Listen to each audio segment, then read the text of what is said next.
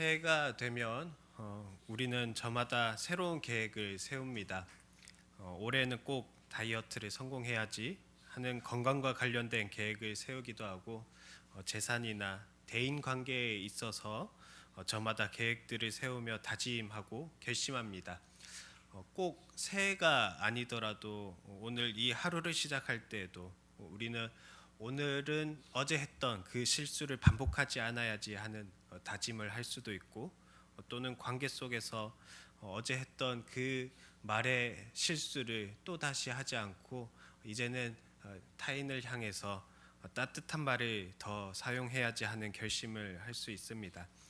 이러한 결심을 하는 것은 우리 안에 더 나은 삶을 살아가고자 하는 그런 욕구가 있기 때문이죠. 하지만 그 열심이 그런 결심이 얼마나 가던가요?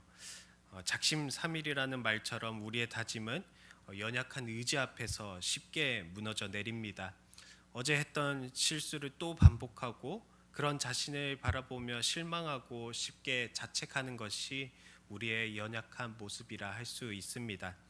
그런데 오늘 말씀의 배경이 되는 이스라엘 백성들 가운데서도 우리와 별반 다를 바 없는 모습을 발견할 수 있습니다. 그들은 뼈아픈 70년이라는 포로 생활을 마치고 돌아와서 이제 정말 하나님만 잘 섬기며 살아가겠다라는 그런 다짐을 했을 것입니다. 그러나 그 결심은 오래 가지 않았습니다. 우리 바로 앞장인 스가랴 11장에서는 그들 가운데 거짓 목자들은 이스라엘을 사랑으로 돌보시는 그 하나님의 손길을 은 30에 헐값에 팔아버리는 일을 저지를 것이라는 그런 예언의 말씀이 기록되어 있죠. 매번 반복되는 죄악된 모습에도 불구하고 신실하게 그 구원의 손길을 베푸시는 하나님의 은혜를 스스로 걷어차버리는 연약한 모습이 드러나는 대목인 것입니다. 이런 상황 속에서 어떤 결과가 마땅할까요? 거짓 목자들만 심판하고 끝이 아니라 그 거짓 목자들에 의해서 동조되었던 그 모든 백성들도 책망과 심판의 자리로 나아가야 하는 것이 마땅함에도 불구하고 그 이어지는 본문인 오늘 함께 읽은 12장에서는 하나님께서 그들을 향해 책망과 심판의 메시지를 던지는 것이 아니라 그들에게 여전히 구원을 베푸시겠다 하시는 신실한 약속의 말씀을 전해주고 계십니다. 2절에서는 그 사방을 둘러싼 대적들 가운데 놓여있는 이스라엘을 향해서 내가 너희를 취하게 하는 잔이 되게 할 것이라 말씀하고 있고 3절에서는 내가 너희를 무거운 돌이 되겠다 약속하고 있습니다. 당시 세상의 관점으로 볼 때 이스라엘은 너무나도 작고 연약하여서 누구든 쉽게 잡아 삼킬 수 있는 먹잇감처럼 보였습니다. 쉽게 마실 수 있는 잔처럼 보이거나 쉽게 들어 저 멀리 던져버릴 수 있는 그저 작은 돌멩이와 같이 이스라엘을 여겼던 것입니다. 그러나 하나님은 이스라엘을 공격하는 자들이 이스라엘을 삼킬 때 그들을 독주가 든 잔이 되게 하셔서 그들이 그 독주를 마시고 스스로 비틀거리며 쓰러지게 하겠다 약속하셨습니다.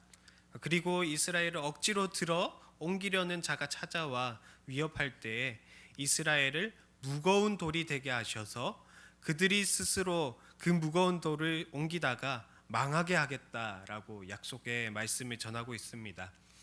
그러니까 이스라엘을 쉽게 삼킬 수 있을 것이라 공격하는 대적들로부터 하나님은 이스라엘을 지키시고 보호하시겠다 하시는 약속의 말씀을 전하고 있는 것입니다. 더 나아가서 하나님은 직접 그 싸움에 개입하시는데 4절에 보면은 하나님께서 대적들의 말을 쳐서 놀라게 하고 그 말을 탄 자를 미치게 하되 유다 족속만큼은 하나님께서 직접 돌보신다라고 말씀합니다. 즉 세상에서부터 혼란에 빠지고 그 대적들이 탄 말들이 눈은 멀게 되었지만 하나님의 눈은 정확히 자신의 백성들을 향하고 계시고 그들을 돌보시고 지키시겠다 말씀하고 있는 것입니다. 그 결과 5절에서는 그 백성들의 입술에서 우리는 하나님으로 인하여 우리가 힘을 얻었다 고백하며 8절에서는 예루살렘 주민 중에 가장 약한 자라도 다윗처럼 용맹해지는 놀라운 변화를 경험하게 될 것이라 말씀하고 있습니다.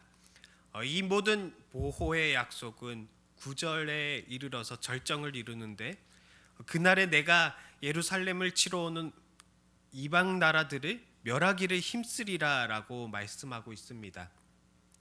여기서 멸하기를 힘쓰리라라는 이 말씀이 단순히 그들을 내가 멸망시키려고 노력하겠다라는 뜻이 아니라, 원어적으로 보면 내가 의도적으로 목표를 가지고 반드시 찾아내어서 완전히 그들을 진멸하겠다 하시는 그 하나님의 적극적인 구원의 약속의 표현임을 우리는 알 수 있습니다. 즉 하나님께서 대적들을 공격할 때만 수동적으로 우리를 방어해 주시는 것이 아니라 자신의 백성들을 위협하는 모든 세력들을 직접 하나님께서 추격하여 그 뿌리를 뽑으시겠다 하는 하나님의 의지가 담긴 표현인 것입니다. 오늘 이 약속의 말씀이 누구에게 주어졌을까요? 성공하고 잘 나가던 그런 백성들에게 주어진 것이 아니라 하나님을 배반하고 그 모든 것에 있어서 실패한 백성들에게 주어졌습니다. 오늘 이 말씀은 우리에게 동일하게 약속의 말씀으로 전해지고 있습니다. 우리가 인생의 실패 앞에서 무너져 있을 때, 반복되는 죄 때문에 나는 이제 끝이라고 자책하고 있을 때 주님은 우리에게 찾아와 말씀하십니다. 두려워하지 말라. 내가 너의 완전한 보호자가 되겠다. 내가 너를 여전히 사랑하기 때문에 너를 공격하는 그 세상의 모든 대적들을 찾아내어 멸하기를 힘쓰겠다라는 이런 하나님께서 이처럼 우리의 자격이나 조건과 상관없이 비록 우리의 연약함으로 인하여 반복되는 죄악 가운데 살아가는 우리일지라도 여전히 신실하게 우리를 돌보시고 지키시겠다는 그 믿음을 붙드는 저와 여러분 되시길 간절히 소원합니다. 그런데 더 놀라운 사실은 하나님은 우리를 그런 외부의 공격으로부터 완벽하게 지키시고 돌보시는 것으로 지키는 것이 끝이는 것이 아니라 이처럼 반복되는 죄악 가운데 살아가는 우리를 근본적으로 변화시키시는 은혜를 베푸시겠다 약속합니다. 10절의 말씀입니다. 내가 다윗의 집과 예루살렘 주민에게 은총과 간구하는 심령을 부어주리니 그들이 그 찌른 바 그를 바라보고 그를 위하여 애통하기를 독자를 위하여 애통하듯 하며 그를 위하여 통곡하기를 장자를 위하여 통곡하듯 하리로다. 앞선 2절에서부터 9절의 말씀은 우리를 위해서 하나님은 싸우시는 그런 외적인 구원을 살펴보았다면, 이 10절 이하의 말씀을 통해서 하나님은 우리에게 내적인 구원을 보여주십니다. 즉 하나님은 우리에게 은총과 간구하는 심령을 부어주시겠다 약속하신 것입니다. 여기서 은총과 간구하는 심령이란 세번역 성경으로 본다면 하나님께서 우리에게 은혜를 구하는 영과 그리고 용서를 비는 영을 부어주시겠다라고 번역하고 있습니다. 매번 반복되는 그 죄악과 실패의 자리에서 넘어져 할 수 있는 것이라고는 나 자신을 자책하고 그런 좌절하는 것뿐이겠지만, 하나님께서는 우리에게 은혜를 구하는 영과 용서를 구하는 영, 곧 성령님을 우리에게 부어주셔서 우리의 마음을 움직이고 회복시키겠다 약속의 말씀을 주셨습니다. 왜냐하면 성령님이 우리 가운데 내주하실 때야 비로소 우리의 삶이 진정한 변화가 시작되기 때문입니다. 어떤 변화일까요? 이전까지는 나를 힘들게 하는 그 세상의 문제들과 그리고 나를 공격하는 외부의 대적들을 향해 우리의 시선이 그들에게 놓여 있었지만, 이제는 그들이 찌른 바 된 그에게로 우리의 시선을 돌리게 하십니다. 바로 나 자신의 죄 때문에 찔림을 당하게 되신 예수 그리스도를 바라보게 한다는 것입니다. 그리고 그분을 바라볼 때 우리는 비로소 우리의 연약한 현실을 깨닫게 됩니다. 나의 문제가 나를 둘러싼 환경이나 다른 사람이 아니라 바로 하나님의 그 신실하신 은혜의 손길을 거절하고 그 아들을 십자가에 못 박은 나 자신이었음을 깨닫게 되는 것입니다. 나아가 이러한 깨달음은 우리를 깊은 애통 가운데로 이끕니다. 이러한 애통은 단순히 내가 잘못했구나 하는 후회의 눈물이 아니라 하나님의 은혜가 우리 가운데 임할 때에 나타나게 되는 회복과 그런 회개와 자복하는 상한 심령에서 나오는 거룩한 눈물이 우리에게서 흘러나오게 된다는 것입니다.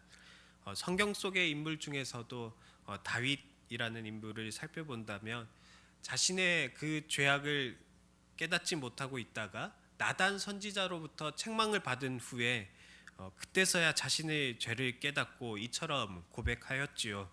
시편 51편 17절 말씀입니다.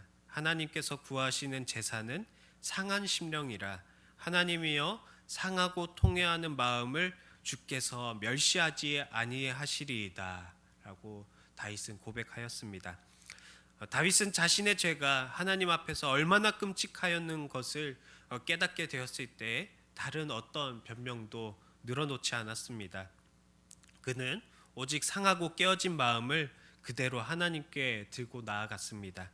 이것이 바로 하나님께서 우리에게 부어주시는 은혜를 구하는 영, 용서를 비는 영이 임한 자의 모습입니다. 우리도 마찬가지입니다. 하나님 앞에 우리의 실패에 대한 변명이나 합리화를 우리가 늘 늘어놓을 수 있겠지만 우리는 다윗처럼 상하고 깨어진 마음 그대로 나아가는 것을 주님은 원하십니다. 바로 그 자리가 하나님의 은혜가 시작되는 자리이기 때문입니다. 말씀을 맺겠습니다. 스가랴 12장에서 우리는 실패와 반복되는 죄악 가운데서도 하나님의 은혜가 끊어지지 않았음을 발견하게 됩니다.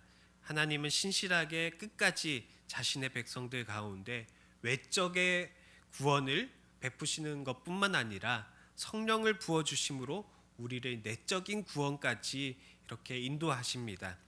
그리고 그 성령님께서는 우리의 눈을 들어서 그 찌른 바 된 그 곧 십자가에 달리신 예수 그리스도를 바라보게 하십니다. 오늘도 우리의 삶 속에서 이 말씀을 기억하면서 세상의 문제가 나를 덮쳐올지라도 나를 여전히 돌보시고 지키시는 그 하나님을 우리는 바라보길 원합니다. 동시에 내 안에 내주하시는 성령님께서 우리의 눈을 들어서 십자가를 바라보게 하시고 그 은혜 앞에서 상한 심령으로 나아가기를 간구하길 원합니다. 그리하여서 우리를 지키실 뿐만 아니라 새롭게 하시는 그 하나님의 신실한 사랑 안에서 참된 평안과 회복을 누리는 저와 여러분 모두가 되시길 예수님의 이름으로 간절히 축원합니다. 기도하겠습니다. 하나님 아버지, 실패를 반복하는 저희의 연약함에도 불구하고 심판이 아닌 은혜로 찾아와 주심에 감사합니다. 세상의 공격으로부터 우리를 보호하시고 지키시며 결코 우리를 포기하지 않으시는 그 신실하신 은혜의 손길을 다시 한번 기억하며 살아가길 원합니다. 우리 가운데 내주하시는 성령님, 은혜를 구하고 용서를 비하는 영으로 우리의 마음 가운데 채워주사 날마다 우리의 눈을 들어 십자가를 달리신 예수 그리스도를 바라보기를 원합니다. 그리하여서 그 사랑 앞에서 상한 심령으로 엎드려 진정한 회복을 간구하는 우리가 되길 원하오니 오늘의 우리의 삶 속에서도 우리를 지키실 뿐만 아니라 새롭게 하시는 주님의 능력을 의지하여 담대히 살아가도록 힘과 능력을 더하여 주시옵소서.